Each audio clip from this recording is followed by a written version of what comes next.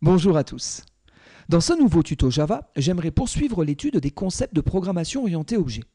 Et j'aimerais plus précisément me focaliser sur les notions de méthode abstraite et de classe abstraite. Afin de présenter ces concepts, j'ai commencé à préparer quelques lignes de code dont j'aimerais rapidement faire une petite revue. Donc ici, j'ai créé une classe Shape, je l'ai placée dans un package Shapes. Elle permet de représenter le concept de figure géométrique. On va partir du principe que toutes les figures géométriques seront représentées par leur centre de gravité. Donc j'ai créé un attribut, c'est un attribut de type point, et donc je l'ai appelé center. Pour information, la classe point, je ne l'ai pas codée, j'ai réutilisé celle qui est fournie de base par Java pour représenter un point au niveau d'une interface graphique. Très bien. Bien entendu, j'ai rajouté un getter et un setter. Histoire de compléter un petit peu les choses, j'ai vérifié si l'objet que je passais en paramètre était bien correctement instancié. Je n'accepte pas les pointeurs nuls, au cas où vous me passez un pointeur nul, je déclenche une exception. Très bien. Et puis j'ai ensuite codé deux constructeurs. Un premier constructeur à vide, qui me permet de construire une figure géométrique qui sera localisée par défaut au centre de mon repère en 0, 0. Et puis j'ai un autre constructeur de shape, qui lui accepte un point, un centre de gravité, et donc je fixe ce centre de gravité en passant par mon setter. Très bien. Donc ça, pour moi, c'est une classe de base. De cette classe vont dériver deux sous-classes, circle et square. Allez, juste histoire de jouer un petit peu avec Eclipse, si vous cliquez avec le bouton droit de la souris au niveau de shape.java et que vous demandez l'outil Open Type Hierarchy, on voit bien que shape dérive de object et que d'elle-même dérive circle et square. Très bien. À partir de là, j'ai codé donc une classe circle. Qu'est-ce que je propose? Regardez, cette classe, elle dérive de shape, bien entendu, donc elle a un centre de gravité. Pour pouvoir qualifier un cercle, il me manque une information, à savoir son rayon. J'aurais pu utiliser son diamètre, après ça c'est à vous de voir si vous préférez travailler avec un concept ou avec un autre. Ici, j'ai retenu le rayon. Parfait. Du coup, ce rayon, j'ai mis ici un getter et un setter. J'ai juste touché le setter, histoire de garantir que si on me passe un rayon négatif, je perde le signe. Très bien. Pour le getter, je vous rappelle, tout ça, je les ai auto-générés. Regardez, je fais getR, contrôle espace. Il a vu qu'il y avait un attribut qui s'appelait radius, donc il me le génère. C'est pareil, regardez, je supprime ce code. Si je fais setR, il me génère un setRadius. J'avais juste modifié la partie qui était ici. Très bien. Après, qu'est-ce que j'ai fait? J'ai codé deux constructeurs, donc un constructeur par défaut, qui place ma figure en 0, 0. Ça se joue en passant par l'appel au constructeur parent ici. Regardez, en appuyant sur la touche CTRL de votre clavier, je la garde appuyée et je place la souris sur le mot-clé super, du coup, ça devient un lien hypertexte. Si je clique dessus, je retombe à ce niveau-là. Et donc, on est bien d'accord, le constructeur de circle invoque le constructeur de shape qui me placera par défaut en 0, 0. Du coup, il ne me reste plus qu'à fixer mon rayon, et donc j'ai un rayon de 1. Très bien. J'ai un autre constructeur, celui-ci accepte un centre de gravité et un rayon, et donc, si on me passe ces informations, je stocke mon centre, je stocke mon rayon. Parfait. Maintenant, regardez, ici, je me suis amusé à rajouter deux méthodes spécifiques au cercle. Première méthode, par exemple, je veux pouvoir calculer la surface de ce cercle. Pour rappel, la surface d'un cercle, c'est pi r2, pi r au carré.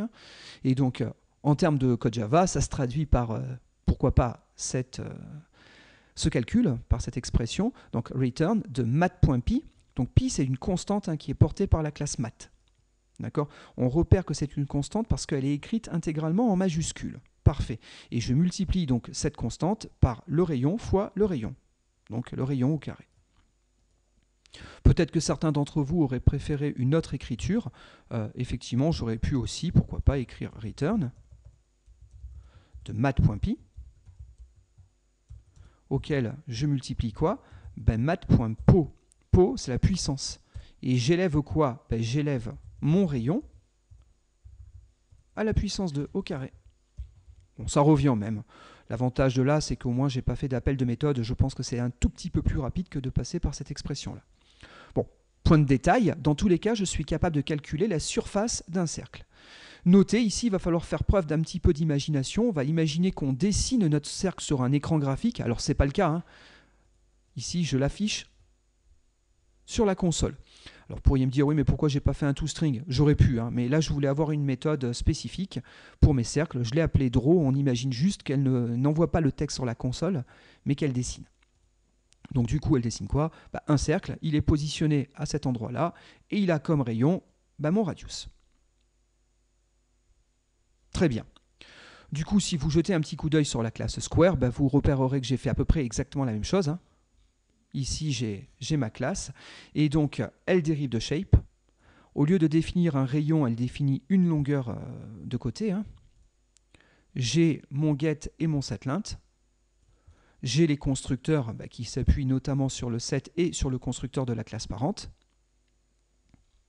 Et puis j'ai ici deux méthodes spécifiques à mes carrés. La surface, c'est la longueur élevée au carré, hein, et un draw qui dessine un carré qui sera positionné à cet endroit-là et qui aura comme longueur la longueur spécifiée au niveau de la figure géométrique. Très bien. Donc, trois classes reliées entre elles par des liens d'héritage. Si vous avez des doutes sur la syntaxe que je vous propose ici, je vous ramène vers le tuto précédent où je parle d'héritage. Très bien. À partir de là, maintenant, un petit main. Donc j'ai créé une classe start, hein, j'y ai placé un main, et donc je voudrais faire quelques essais. Alors je ne sais pas si vous vous souvenez, mais dans le tuto précédent, on a parlé de polymorphisme. Le polymorphisme, c'est quoi? C'est la capacité qu'a un objet de pouvoir être vu de différents types en fonction des chaînes d'héritage qu'on peut avoir. Par exemple, je peux typer une variable comme étant un objet, et du coup, je peux dire que c'est un circle. Bon, si ici je fais un affichage de ma variable, tout compile, sauf que, comme je n'ai pas redéfini d'opérateur toString au niveau de mes classes de figures géométriques, c'est le toString de object qui va prendre la main, et donc du coup, je vais afficher que c'est un objet de type circle et qu'il est positionné à tel endroit. Bon, très bien. Donc cette variable, je peux la typer comme étant soit un objet, je peux la typer aussi comme étant un shape, ou je peux la typer comme étant un circle. Très bien. Alors pourquoi je vous parle de polymorphisme? Parce qu'on va imaginer qu'on fait un utilitaire de dessin, et que cet utilitaire de dessin a besoin de dessiner plusieurs figures géométriques pour constituer l'image. Donc du coup, on peut imaginer qu'on ait un tableau de figures géométriques. Regardez, je vais utiliser la classe EureList. Allez, je vais la typer avec son type de base, avec un de ses types de base, c'est le type list. Il est fourni dans java.util. Faites entrer, comme ça, ça génère l'import à ce niveau-là. Je veux une liste de quoi? Je veux une liste de figures géométriques, et c'est là que va jouer le polymorphisme. Ici, je veux contenir n'importe quoi qui est compatible avec ce type. Un cercle, un carré, mais on peut imaginer aussi coder d'autres classes, des triangles, des hexagones, et ainsi de suite. Très bien. Je vais appeler ma collection Shapes, et en gros, list, je ne peux pas clairement l'instancier, donc je suis obligé d'utiliser une classe de base. Je reviendrai sur ce concept un petit peu plus tard dans ce tuto. Mais je vais utiliser un EureList. Donc un EureList, c'est un tableau dynamique. L'avantage, c'est que je n'ai pas de limite de taille. Je peux mettre dans ce tableau autant de figures géométriques que je le veux. La seule limite, c'est la mémoire, bien entendu. Donc attention à ne pas saturer la mémoire de votre programme. Bon, dans tous les cas, sur ce tableau Shape, je vais ajouter. Je vais ajouter quoi? Vous voyez, il accepte n'importe quoi. Comme ma collection est typée comme contenant des shapes, je peux y mettre n'importe quoi qui soit un shape. Ça veut dire quoi? Ça veut dire que si je le souhaite, je peux y mettre un cercle. Pourquoi pas, je pourrais y mettre un shape aussi, tout simplement. Et puis on va imaginer qu'on y rajoute un carré. Allez, histoire de jouer un petit peu avec les constructeurs. Ici, je vais le placer en 10-10 et mon carré aura une longueur de 2. Vous avez vu un point là, j'avais une petite erreur parce que je n'avais pas tapé l'import. Ce que j'ai fait, regardez, je refais la manip devant vous, je supprime l'import, donc j'étais avec cette erreur-là.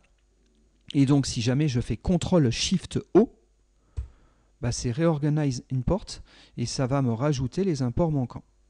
D'accord? Regardez au niveau de source ici, vous vous avez donc un certain nombre de choses qui vous sont proposées. Et donc on a bien ici l'organisation des imports avec CTRL-SHIFT-O. Très bien. Bon, donc j'ai un tableau de figures géométriques. Un cercle est une figure géométrique par héritage. Très bien. Maintenant, regardez, ce que je vais faire, c'est que je vais faire un for each. Alors, je ne suis pas obligé de le taper complètement. Pour rappel, regardez. Je tape juste for, CTRL espace, et je demande l'assistant for each. Il est intelligent, il va rechercher la collection la plus proche de ce for. La collection en termes de ligne de code la plus proche de moi, c'est cette collection-là. Donc du coup, c'est ce qu'il se propose de faire. Regardez, il me propose de faire un for shape avec une variable qui s'appelle shape, elle est typée shape majuscule. 2 points dans la collection, laquelle c'est shapes la collection. Très bien. Donc là, ça va parcourir toute ma liste, et donc je vais pouvoir faire des choses avec mes shapes. Alors si je le veux, toujours pareil, je peux ici faire un system.out.println pour afficher mes figures géométriques. Pourquoi je peux faire ça? Parce que comme je dérive d'object, comme shape dérive d'object, toute figure géométrique a bien un toString. Donc il n'y a pas de problème, là ça marche. Bon, ma première figure c'est un cercle, ma deuxième c'est un shape, ma troisième c'est un square. Mais maintenant imaginons, ce que je veux, c'est pas tout à fait ça, c'est invoquer une méthode particulière. Et pourquoi pas, ce que je veux, c'est afficher l'ensemble de toutes les superficies de mes figures géométriques. Donc pourquoi pas, je voudrais faire un auréa. Là j'ai un souci, comme vous pouvez le constater, ça ne compile pas. Alors pourtant j'ai bien un auréa à ce niveau-là. J'ai bien un auréa au niveau de square. Par contre ici, il refuse la compilation. Alors pourquoi? Tout simplement parce que ma collection est typée comme étant shape. Alors attention, ça n'a rien à voir avec le fait que j'ai un shape dans ma collection. Je peux supprimer cette ligne, l'erreur reste présente. L'erreur en vérité, c'est parce que le compilateur, avant de faire tourner le programme, il doit vérifier une chose. Il doit vérifier que cette variable elle est typée shape. Il faut que cette variable, elle possède une méthode auréa. Donc du coup, il va vérifier ça comment? Il va venir ici, il va regarder dans cette classe, et là le problème, c'est que dans cette classe, il n'y a aucun auréa de défini. Donc du coup, il vous dit, je suis désolé, le type shape ne fournit pas cette méthode, et il refuse la compilation. La question maintenant, c'est comment se sortir de ce petit piège, et comment faire en sorte de pouvoir afficher la superficie de toute figure géométrique. Alors, une solution, peut-être, ce serait ici de dire, tiens, je vais faire une méthode, elle va renvoyer un double, je vais l'appeler auréa. Le problème, c'est que, ok, mais qu'est-ce que je fais comme code? Return quoi? Je ne connais pas la figure géométrique. Au niveau de shape, je ne la connais pas encore. Donc je suis incapable de fournir un algorithme de calcul de surface. Si je sais que ma figure géométrique, c'est un cercle, il n'y a pas de problème. Pour un cercle, je connais la formule. Si c'est un carré, c'est pareil, je connais la formule de calcul de superficie. Mais comment faire si je sais simplement que c'est une figure géométrique, mais sans avoir d'informations sur son périmètre? Là, je suis vraiment embêté. Et au passage, le return point d'interrogation, ça ne marche pas, comme on peut le voir. Donc du coup, comment faire pour coder cette méthode? Bon, certains d'entre vous pourraient dire, allez, je renvoie 0, pourquoi pas? Mais bon, c'est pas si simple que ça. Je connais pas cette figure, donc est-ce que 0 est une valeur cohérente? J'en sais rien. Donc ce que je vous propose, c'est d'essayer de ne pas l'implémenter, cette méthode. Regardez, je fais public double auréa, je dis toute figure géométrique doit avoir un auréa, mais là je la code pas.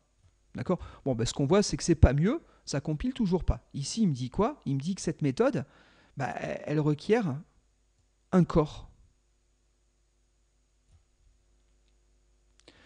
Sauf si, regardez bien ici, j'ai des assistants.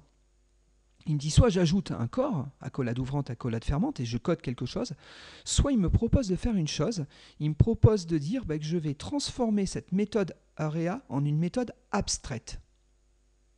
Alors regardez, je tape abstract ici, et effectivement, c'est bien un mot-clé réservé du langage. D'accord? Et là, si vous voulez, en quelque sorte, cette ligne est cohérente, elle est correcte. Alors pour autant, il y a encore du rouge. Il me dit quoi? Il me dit que je ne peux pas définir une méthode abstraite si ma classe n'est pas elle aussi définie comme étant abstraite. C'est-à-dire que le fait de mettre ici un abstract m'impose de le répercuter au niveau de ma définition de classe à ce niveau-là. Vous voyez, il vous le dit, il vous dit que cette classe doit être déclarée abstraite parce qu'elle contient au moins une méthode abstraite. Et là, regardez, si je sauvegarde, il n'y a plus d'erreur à ce niveau-là. Mais tant qu'on y est, il n'y a plus d'erreur non plus ici. Ça veut dire quoi? Alors, il y en a encore une d'erreur, mais je vais vous l'expliquer dans quelques instants. Là, le fichier n'était pas enregistré. Voilà, il n'y a pas d'erreur parce que tout à l'heure, j'avais commenté ça. Donc là, qu'est-ce qu'on vient de dire? On vient de dire que au niveau de shape, shape c'est un type de base. J'ai factorisé sur ce type de base tout ce qui était commun à toute figure géométrique. Donc j'ai factorisé des méthodes, mes getters, mes setters, j'ai factorisé aussi mon attribut. Comme ça, toute figure géométrique aura ces informations-là. Mais ce que je factorise aussi, c'est la connaissance sur le fait que toute classe de shape, de figure géométrique, doit fournir une méthode de calcul de superficie. Par contre, à ce niveau-là, je ne suis pas capable de la concrétiser, donc je dis que c'est une méthode abstraite. Et donc, shape est une classe abstraite.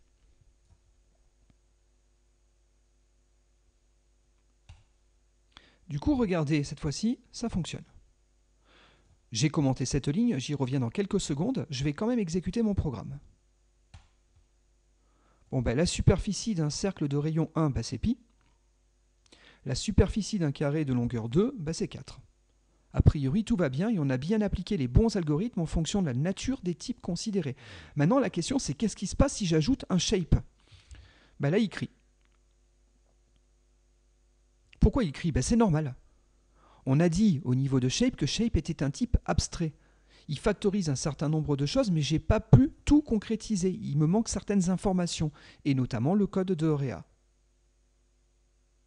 Donc du coup, si c'est une classe incomplète, à ce niveau-là, je ne peux plus m'en servir pour instancier un objet.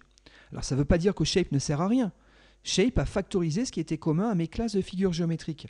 Mes classes de figures géométriques, mes cercles et mes carrés, eux, je peux les utiliser. Par contre, je ne peux plus utiliser shape en tant que tel. Si jamais j'essaye d'instancier une classe qui est abstraite, du coup, j'aurai ce message d'erreur, cannot instantiate the type shape.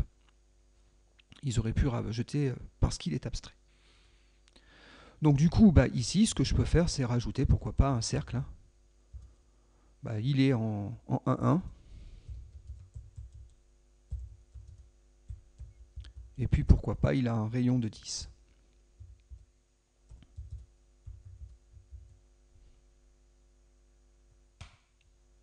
Parfait, là tout compile. Alors attention, une classe, pour être abstraite, n'a pas l'obligation d'avoir des méthodes abstraites. J'aurais pu dire, j'interdis l'instanciation de shape. C'est ce qui est fait ici. D'accord? Bon. Par contre, comme je n'ai pas spécifié de méthode abstraite, il est hors de question que ici je l'utilise. Mais là, le problème, l'erreur, elle est au niveau de start. Mais néanmoins, j'aurais pu avoir une classe qui compile en étant définie comme étant abstraite, mais en n'ayant que des méthodes complètement concrétisées. Ça sert à quoi? Ça sert à dire, voilà, ce type-là, je ne veux pas l'utiliser en tant que tel. Je ne fais que de factoriser des choses pour les types qui vont en dériver. Bon, nous, bien entendu, on veut spécifier qu'on aura un Aurea. Tant que j'y suis, regardez, je vais définir une autre méthode abstraite. C'est mon draw. C'est pareil, si je ne connais pas le périmètre de ma figure géométrique, je ne suis pas capable de la dessiner. Du coup, ce qu'il faut comprendre, c'est que ici, ce que je fais maintenant, en vérité, ce n'est que de redéfinir une méthode qui vient du type parent. Donc si on veut être parfait, ici, il faudrait mettre override. Vous avez vu ici, j'ai une petite flèche. Cette flèche, elle dit bien que j'implémente une méthode abstraite qui vient du type parent. La méthode abstraite, elle s'appelle Aurea et elle vient de shape. Parfait, et puis j'aurais dû faire exactement la même chose au niveau de square. Du coup, regardez, je relance mon programme et j'ai bien maintenant 3 figures géométriques. Tout fonctionne correctement.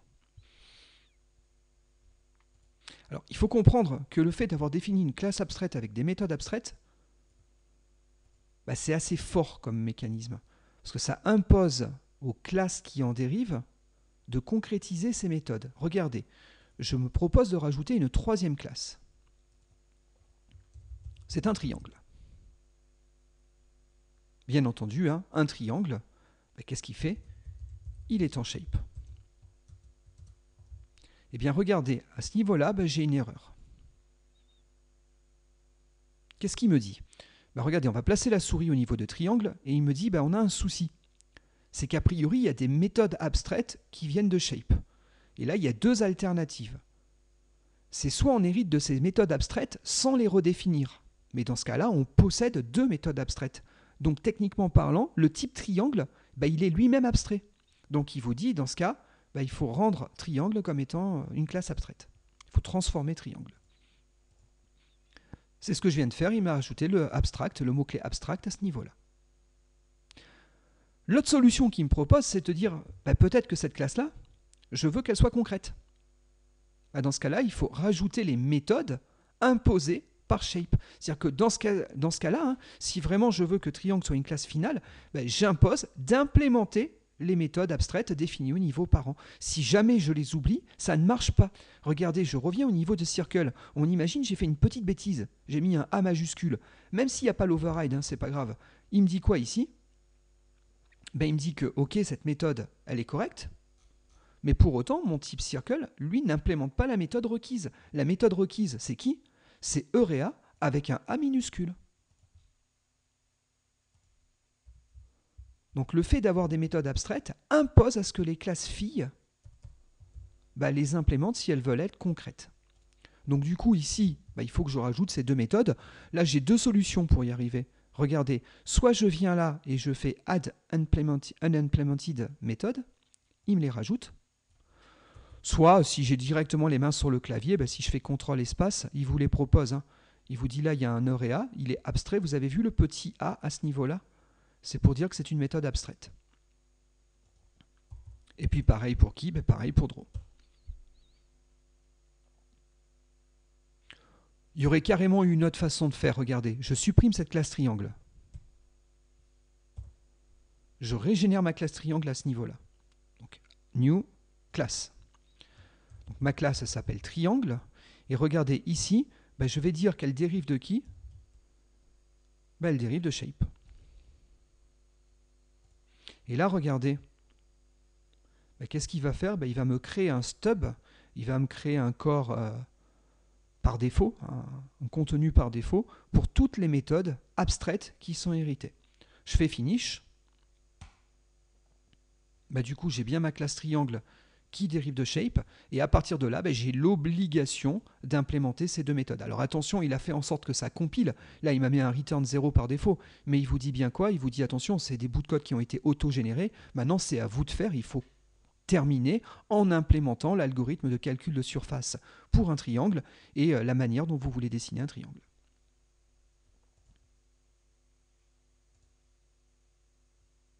Donc voilà ce qu'est une méthode abstraite. Une méthode abstraite, c'est une méthode qui est définie. Comme elle est définie, je peux l'utiliser par polymorphisme sur des choses qui sont typées comme étant des shapes, en sachant qu'au runtime, bien entendu, il prendra la méthode la plus adaptée en fonction du type considéré. Ici, je prendrai un draw ou un Eurea de circle. Ici, je prendrai un draw ou un Eurea de square. Regardez, j'essaye aussi avec les draws. Ça marche pareil. Alors attention, le draw fait lui-même l'affichage, donc je ne fais plus de system.out.println. Dans tous les cas, je suis capable de dessiner mes figures. On voit bien que c'est le bon draw qui prend la main à chaque fois. Donc ici, j'ai une méthode abstraite. Une classe abstraite, c'est quoi? C'est une classe dont j'interdis l'utilisation en direct. On ne peut l'utiliser que par héritage. Et à partir du moment où une classe possède au moins une méthode abstraite, elle a l'obligation d'être elle-même marquée comme étant abstraite. Y compris par héritage, j'insiste, si jamais vous ne souhaitez pas implémenter le draw à ce niveau-là, j'ai hérité d'une méthode abstraite, donc triangle doit être une classe abstraite. Et je peux faire les choses à moitié. Je peux implémenter une des deux méthodes abstraites au niveau de shape, et dire, au niveau de triangle, j'ai pas fini mon boulot, on terminera en fonction des sous-classes qui pourraient elles-mêmes dériver de cette classe abstraite. On est d'accord, Si ici je sous-entends que triangle est une classe abstraite, comme je ne peux pas m'en servir, ça sous-entend qu'il y a forcément des classes qui en dérivent. Imaginons, j'ai un triangle creux et un triangle plein. Effectivement, la surface, c'est la même. Par contre, la méthode de tracé va diverger en fonction qu'il soit creux ou qu'il soit plein. Donc je peux imaginer dériver deux classes de triangles et concrétiser les draws à ces niveaux-là d'héritage. Bon, ben vous verrez, hein, cette notion de méthode abstraite est extrêmement importante. Pareil pour ces notions de classe abstraite. On en retrouve à différents endroits au niveau de la librairie. Ben regardez, je me permets juste quelques instants de faire un petit exemple. Voilà, je reviens ici, je prends Google, je vais taper Java Doc pour le SE. Alors soit en version 8 ou en version plus récente. La version 9 vient de sortir depuis quelques jours. Ben, pourquoi pas, on peut aller voir une Java Doc en version 9.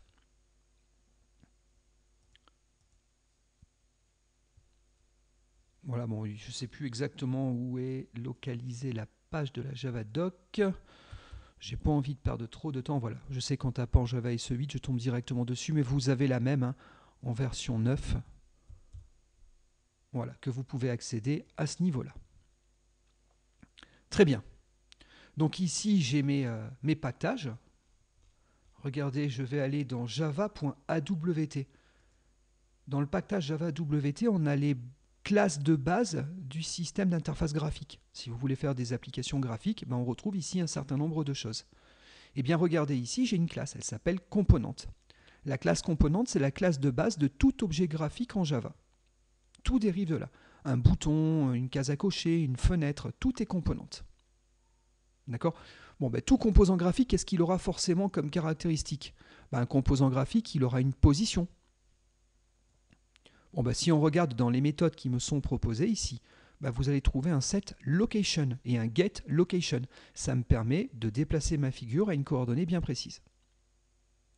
Une fenêtre, elle aura quoi ? Bah, elle aura une dimension. C'est pareil, si je cherche un petit peu, je vais trouver un set size. Set size, vous voyez, bah, ça me permet de retailler ma fenêtre avec la dimension souhaitée. C'est pareil, hein, j'ai un get size si vous cherchez au niveau de cette classe. Donc au niveau de composante, c'est une classe de base, on retrouve tout ce qui est commun à tout composant graphique. Il faut savoir qu'on dessine un composant graphique en utilisant une méthode qui s'appelle Paint. Donc si on cherche un petit peu ici, on devrait retrouver une méthode Paint. D'accord ? Sauf que comment dessiner un composant graphique si je ne connais pas sa nature exacte ? La manière de dessiner un bouton n'a strictement rien à voir avec la manière de dessiner une case à cocher ou de dessiner une zone de saisie de texte ou de dessiner une arborescence. Donc, en conséquence, bah regardez bien, la classe componente, bah elle n'est pas suffisamment précise pour pouvoir être utilisée en tant que telle. Donc elle a été elle aussi marquée comme étant abstracte. Après, bien entendu, les classes qui vont dériver de composante, elles seront concrètes. Regardez, les classes graphiques finales, il faut plutôt les chercher dans javax.swing. C'est la partie de la librairie Java qui définit les classes graphiques modernes. Bon, je passe les détails d'héritage, c'est un petit peu compliqué, je ne vais pas faire ça aujourd'hui. Mais si je clique sur un J-button, bah, j'ai une classe de bouton. Bah, ma classe de bouton, bien entendu, elle n'est pas abstraite, elle est concrète. Par contre, elle dérive bien de composante. Comme c'est un composant graphique, bah, je dérive de composante. Regardez dans le même ordre d'idées, bah, en vérité, des boutons, je peux en avoir de différentes natures. Je peux avoir des boutons poussoirs, c'est-à-dire que je clique dessus, quand je relâche la souris, le bouton remonte. Mais je peux aussi avoir des boutons toggle. C'est-à-dire que j'appuie dessus, bah, il reste enfoncé, même quand j'ai relâché la souris. Si je reclique une nouvelle fois sur le bouton, là, il revient. Bah, regardez, en vérité, J-button. Bon, ok, elle dérive de composante au plus haut niveau, mais en vérité, il y a tout un arbre d'héritage à ce niveau-là. Et donc, je dérive de qui ? Bah, de abstract button. Alors là, on laisse sous-entendre pas mal de choses. Hein. Je ne sais pas si vous avez vu le nom de la classe, abstract button. Bah, effectivement, la classe abstract button, bah, c'est une classe abstraite. C'est elle qui comporte toutes les informations par rapport à la manière de dessiner un bouton, quelle que soit la nature du bouton. Et ici, vous avez vu cette classe abstract button. Ici, j'ai les direct non subclasses, donc les classes qui en dérivent directement, les classes filles, pas les petites filles. Et donc, je peux retrouver mon J-button. Bon, je passe les menus items et je retrouve aussi les J-toggle button. Ces deux classes concrètes, c'est trois même, hein, ces trois classes concrètes et dérivent d'une classe abstraite qui est abstract button. Donc là, à ce niveau-là, en vérité, il y a plusieurs niveaux de classes abstraites.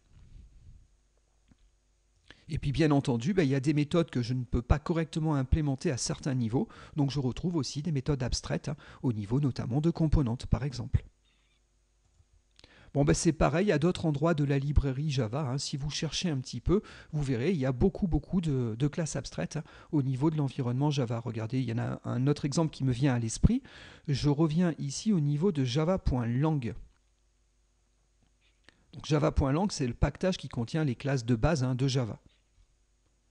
Très bien. Si je cherche, là j'ai plein de choses, mais j'ai notamment la notion de class loader. Alors techniquement parlant, le class loader, c'est celui qui va être capable de charger un point classe. Mais la question c'est où est mon point classe? Est-ce qu'il est directement dans le file system? Est-ce qu'il est dans un jar, dans une archive Java? Est-ce qu'il est dans un autre type de stockage?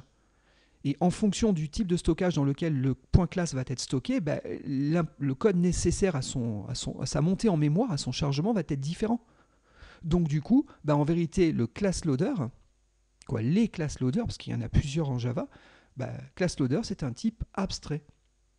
Après deux class loaders dérivent un certain nombre de classes filles.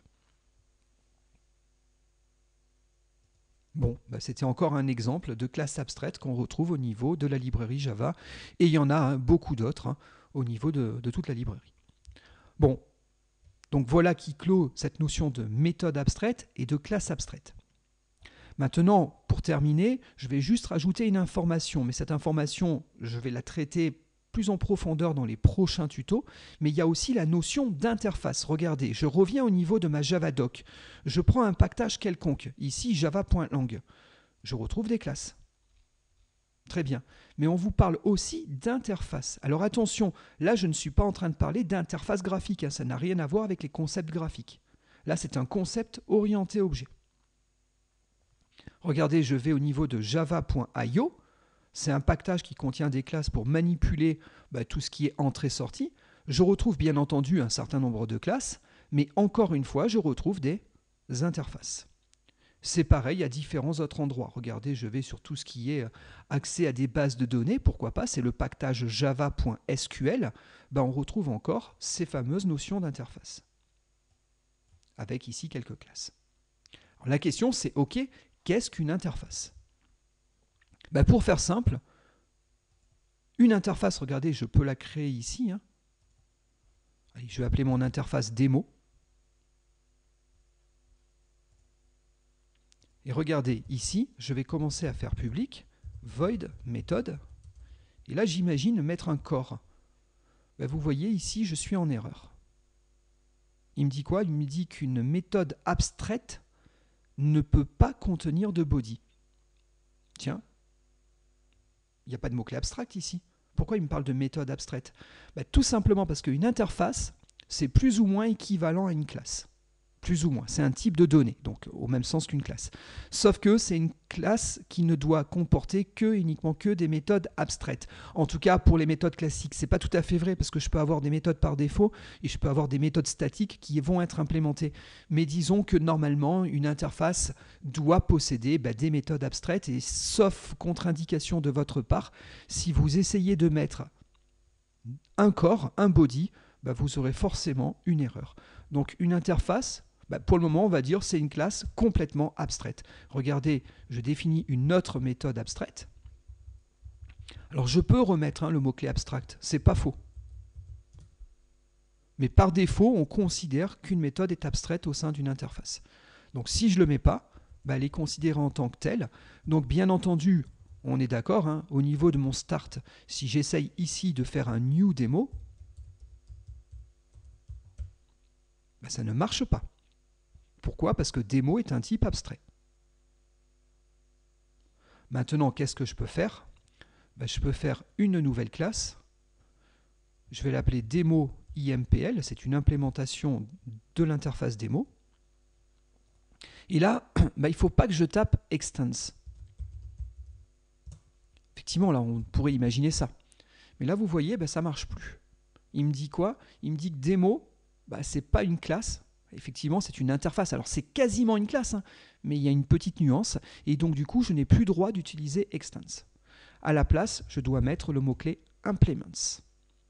Nous y reviendrons hein, sur les prochains tutos, mais donc j'implémente mon interface et donc à partir de là, on en revient à une erreur qu'on connaît, c'est celle qu'on avait vue tout à l'heure hein, au niveau de notre classe triangle. Comme au niveau de l'interface j'ai des méthodes abstraites, pour le moment, tel quel, là, démo IMPL reste abstrait. Donc soit je dis que démo IMPL est abstract, et je tape abstract à ce niveau-là, mais du coup, ce type-là ne servira à rien. Donc c'est pas ce que je veux faire. Soit, encore une fois, j'implémente les méthodes attendues. Là, j'ai deux méthodes abstraites. Hein. Vous voyez les petits a. Ici, j'ai deux méthodes abstraites attendues. Met. Regardez là, démo IMPL reste encore abstrait. Et puis, je rajoute met2. Là, cette fois-ci, je viens de concrétiser l'ensemble des méthodes abstraites définies au niveau du type parent. Cette fois-ci, ça fonctionne. Du coup, est-ce que je peux instancier un démo IMPL ? Oui, là par contre, il n'y a pas de souci. Ça, c'est un type concret. Donc, j'ai droit d'en produire une instance. Bon, donc voilà, une interface, c'est quoi? C'est comme une classe quasiment, sauf qu'elle ne doit contenir que des méthodes abstraites. À quelques exceptions près, mais je parlerai des exceptions plus tard. Donc, je vais revenir hein, sur ces notions d'interface dans les prochains tutos et vous allez voir, on peut en faire un certain nombre de choses. Bon, voilà qui clôt ce tuto. J'espère que donc le concept de méthode et de classe abstraite est maintenant un petit peu plus clair pour vous. Hein. Pour rappel, vous retrouvez tous nos tutos au niveau de notre site web, donc cours.fr. Si vous allez dans la section Java, ici vous avez l'ensemble de nos tutos. Hein. Donc vous retrouverez les tutos précédents et les futurs tutos à ce niveau-là. À partir de là, je vous remercie de votre attention. J'espère que ce tuto vous a plu. N'hésitez pas dans ce cas-là à me mettre un j'aime et à le repartager. Ça m'aide vraiment beaucoup. Et puis, je vous dis à très vite pour de prochains tutos. À bientôt.